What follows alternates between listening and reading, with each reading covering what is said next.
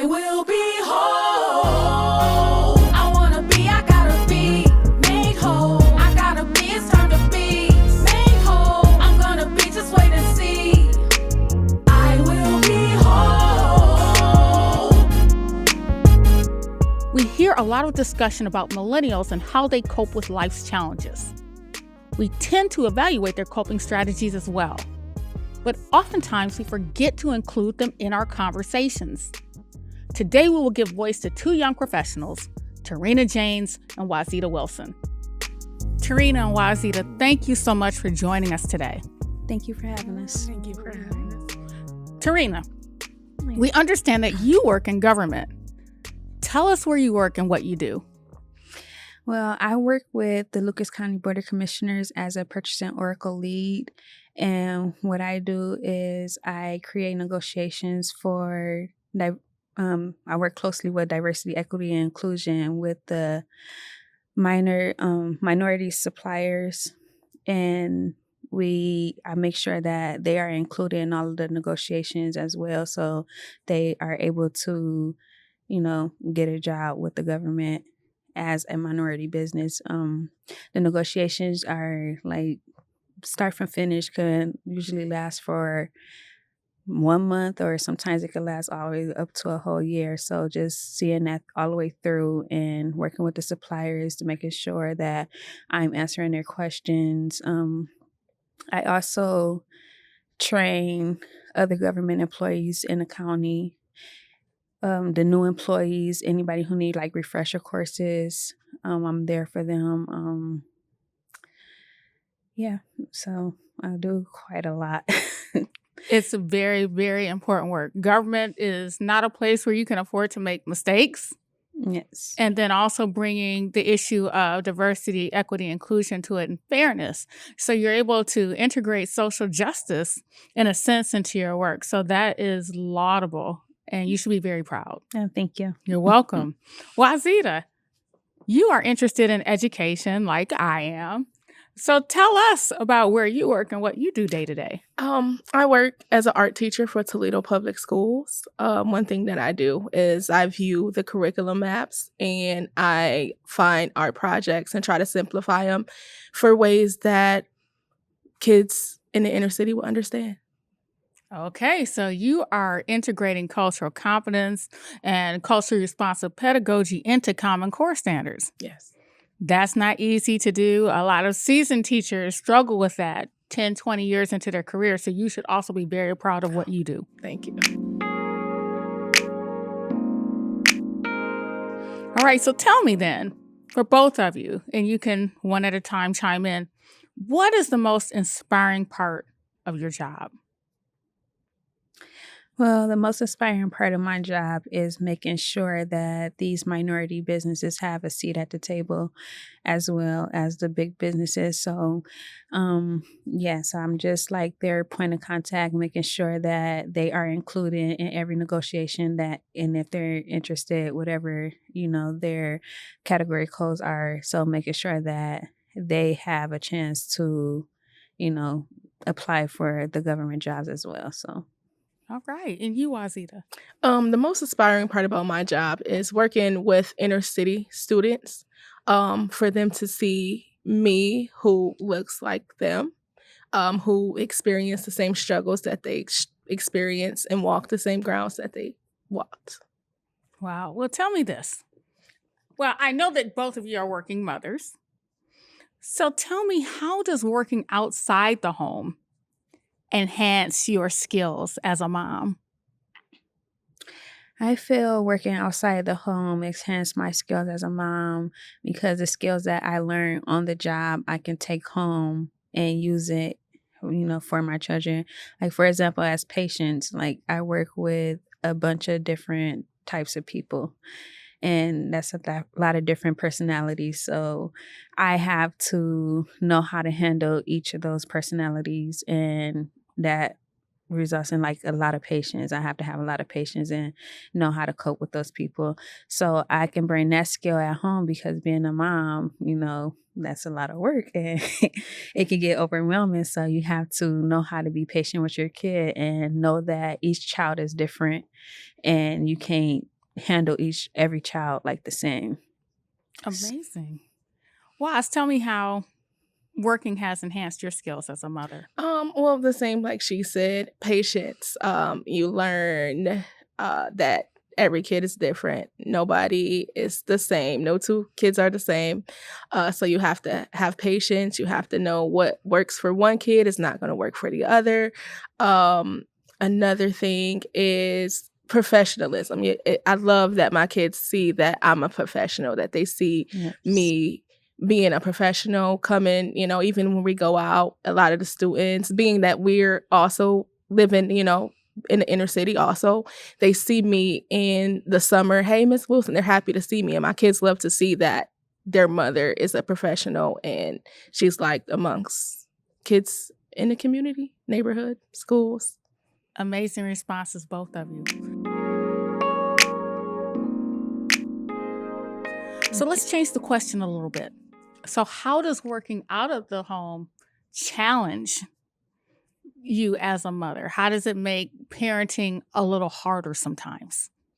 Well, working out of the home makes it a little harder as a parent for me, is because I'm not always available.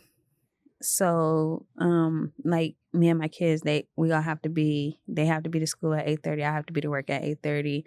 And like, for example, during the summer, they're going to be off and I still have to go to work Monday through Friday, do my 8 hours a day.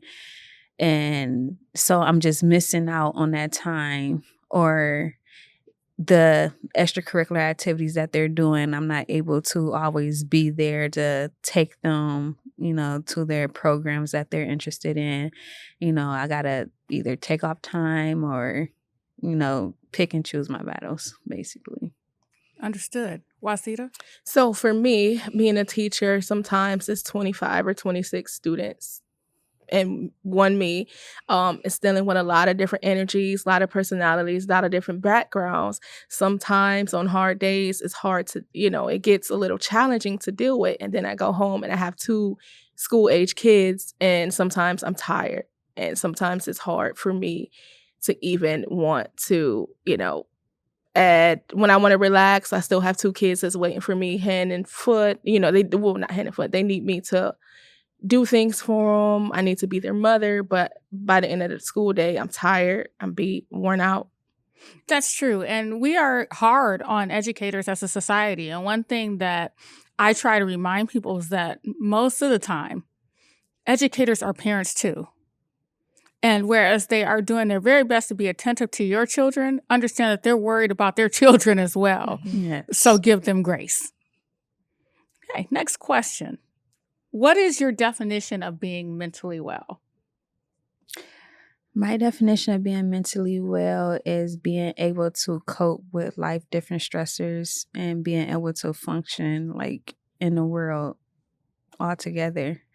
So being able to, just separate everything from each other and being able to like cope with all your stressors. Okay, so give me some examples. What are some strategies that you use to help you cope with all of the expectations? You already brought it out, trying to be everywhere at one time, trying to be mom to 5 children at the same time, dealing with the guilt of not being able to meet everyone's expectations around you. How do you cope with those pressures? Well, I learned that I'm just one person, so I have to take it a day at a time. I stopped letting things stress me out because, what I can't do, I just can't do. And I try my best. I do my best at everything. And I just go day by day, take it day by day, moment by moment, and just put it all in God's hands at the end of the day. All right, Waz. So tell me about your definition of mental wellness. Being mentally well means being able to choose my battles. For example, if I'm out in traffic and a car cuts me off And when that happens, if I scream and get mad, rather than if they hear me or not, if I just express my frustration, that's me not choosing my battles. If I'm mentally well, in turn, I'll just be like, okay, maybe they're in a rush. I'm glad everyone is safe. Or if I'm not mentally well and I lose my keys on the way out to go to work, and instead I'm upset, I'm frustrated, expressing those aggressions and being frustrated, expressing that out loud, versus if I'm mentally well, I'll be like, you know what, maybe God is blocking me from something that's out on the road. So I would take a step back and continue to look for my keys, but embrace it. Yeah. That's mentally well for me. So not reacting Yeah. to everything that doesn't go our way, and being emotionally imbalanced, or imbalanced well enough that those things are not triggers, or just everyday inconveniences don't become big triggers Right. to our emotions. Right. So give us some other coping strategies that you use to stay balanced, so that you're not the person like me in the car that wants to say the wrong thing and doing this to hold it in. So other strategies that I use, I try to maybe look at the other side. Well, like I said, if I lose my keys and I know that I put them here and I can't find them, maybe it's a block for something happening. So I try to make sure that just to try to appreciate the good moment. I mean, not the good moments, but try to take it for what it is, kind of embrace it. So what you have touched on is what we call cognitive reframing. Mhm. Or restructuring. So rather than looking at it as, doggone it, I'm about to be late to work, maybe I just missed an accident Right. by the delay. Right. So very, very mature. A lot of us Generation Xers could learn from both of your strategies. Now, tell me this. What signs in your lives tell you that it's time to reach out for support? When I'm just overstimulated and overwhelmed, like I can feel when I'm just at the tip of the iceberg, like I can feel I just need to take a step back and just restart. So you feel something physically? Yes, it's Okay. just, I feel it's just a bunch of emotion, like I'm just overwhelmed with. Mm-hmm. Good, because a lot of times as women, we're supposed to be super mom, and we've got to be ultra professional on the job. So we're not always honest with ourselves. We don't even know when we're getting ready to blow our top. We don't know that, your heart will start doing things and beating, or like you said, both of you said, being emotional for things that don't necessarily require it, and not Right. understanding that, hey, I'm just under too much pressure. I need to do something different. Mhm. You have anything to add? Yep, just basically the same thing, just not choosing my battles. Everything needs a reaction, even with my kids. Because I have a son who wants to know where, when, why, how. If I'm not mentally well, I would say it, and I hate to say it, it's because I'm an adult. If I'm not mentally well, I would say because I'm an adult and you're going to listen to me. But if I'm mentally well, I would say I would get down to his level and I would talk to him and I would explain to him, this is what it is, this is what it's not, and this is what it's going to be. Right. So it's be different reactions. It's basically reacting is how I would know if it's time for me to take a break, take a load off. Well, that's good that both of you have that level of self-awareness. Many millennials say that those from my generation, Generation X, and those from what would be your grandparents' generation, the baby boomers, often cause more stress than we relieve when we try to support you. So share with us the ways that we can be more supportive of your lives and how we can support you being mentally whole. Don't hold back. I say just give a helping hand and stop being so judgmental. Like we have people who will look at us and think that we're not allowed to get like overwhelmed, get overstimulated. We can't get stressed out. We have to be able to do this and do that and be on the go all the time. Like at the end of the day, I'm just a human. There's only so much I can do and take. Like I'm allowed to have feelings. I'm allowed to get stressed out. I'm allowed like to have those emotions and feel that.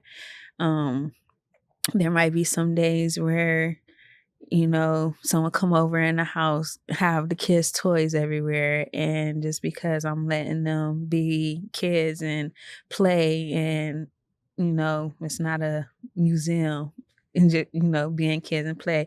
Oh, you need to make them stay in their room, and you shouldn't be doing this. And no, like, at the end of the day, I'm just a person. I'm just a mom. I'm allowed to have those feelings, and I shouldn't have to be getting judged like all the time You should because not of be. it. Absolutely. I would say the same thing. Less judgment, because I know a lot of the times, like baby boomers and even Gen X, they would say when they were our age, when they were raising their kids, the house was never a mess because they only had a designated play area for the kids. So if someone comes in the house, they see toys on the floor or they see clothes and they say, oh, you need to do this, you need to do that, make them clean up. But little do you know is we were just on the floor playing with these toys. Also, there's clothes on the floor because my daughter, she likes to engage in dramatic play and she likes to wear princess costumes, different kinds of costumes every 15 minutes. So we're just living, enjoying our life. And if you come over and just say, I need to do this, I need to do that, the house is a mess, I could be on the edge, battling, needing a break and trying to, take it one day at a time. And Handle everything at once. Yeah. Instead of being so, like, having so much criticism and being so judgmental, how about you come in and just help me? Like, why don't you pick up the stuff? Like, help pick it up, take the kids out so I can, have a day to myself and just clean up the house without the kids being there to mess up right after I clean up, just, be a helping hand. Well, I think that is one thing that you all have actually helped us understand. The generations before you, mine and my mother's generation, as women, we were conditioned to, you figure it out, you push through, and you make it look like it was easy, and that's it. We were not given, in many spaces, the permission to even show any level of vulnerability. Because when you showed that meant you couldn't handle your business, and it could impact you on your job, it could impact you in church, it could impact you in so many places. So I want to laud you all for being courageous enough to at least speak out and say, hey, it's okay for me. I don't feel that I have to be perfect, okay? Yeah. I'm just here trying to live my life. And so you are educating us, and also your demands are different. And let me tell you that. When my generation started in the workforce, we worked 8 to 4. That was it. There were no emails all night. There were no texts all night. We were not as readily accessible. And so that's something that you all have to contend with. Like, your jobs now, you can't necessarily turn them off. There's a whole thing that we have to go through to figure out how to reset those boundaries. Right. So that's a contingency that you all have to face, that we didn't start off. Now I have to, but I didn't start off as young as you all with those kind of expectations. So I just want to say that I'm very proud of both of you. You probably are a set of ladies that I've known maybe the longest, and I've been able to watch you grow. I remember when you were in high school, and I tell people to this day, she worked an internship for Center Hope.